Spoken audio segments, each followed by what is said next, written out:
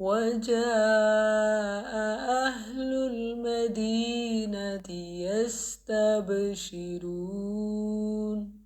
وجاء اور آئے، اہل المدینتی شہر والے، یستبشرون خوشیاں مناتے، اور اس شہر کے رہنے والے اس حال میں آئے کہ بہت خوش ہو رہے تھے۔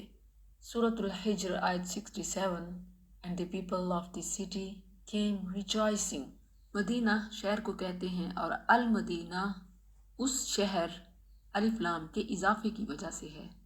مراد لوط علیہ السلام کے شہر والے، قوم والے، جیسے سورہ ہود آیت 78 میں ہے وَجَاءَهُ قَوْمُهُ يُهْرَعُونَ إِلَيْهِ، اور اس کی قوم کے لوگ اس کی طرف بے اختیار دوڑتے ہوئے آئے۔ اور یہاں یہ بھی ہے کہ یستبشرون اس حال میں آئے کہ بہت خوش ہو رہے تھے۔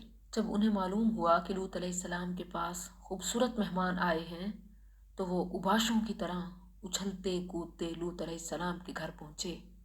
مفسرین نے ان کے شہر المدینہ کا نام سدوم بتایا ہے، اسی لیے قوم لوط کا عمل کرنے والوں کو بہت سی زبانوں میں سدومی کہا جاتا ہے، جبکہ عربی یا اردو میں کچھ لوطی کا جو لفظ استعمال کرتے ہیں وہ بالکل مناسب نہیں، کیونکہ اس طرح وہ لوط علیہ السلام کی طرف نسبت کر کے نعوذ باللہ ایک طرح کی توہین کرتے ہیں۔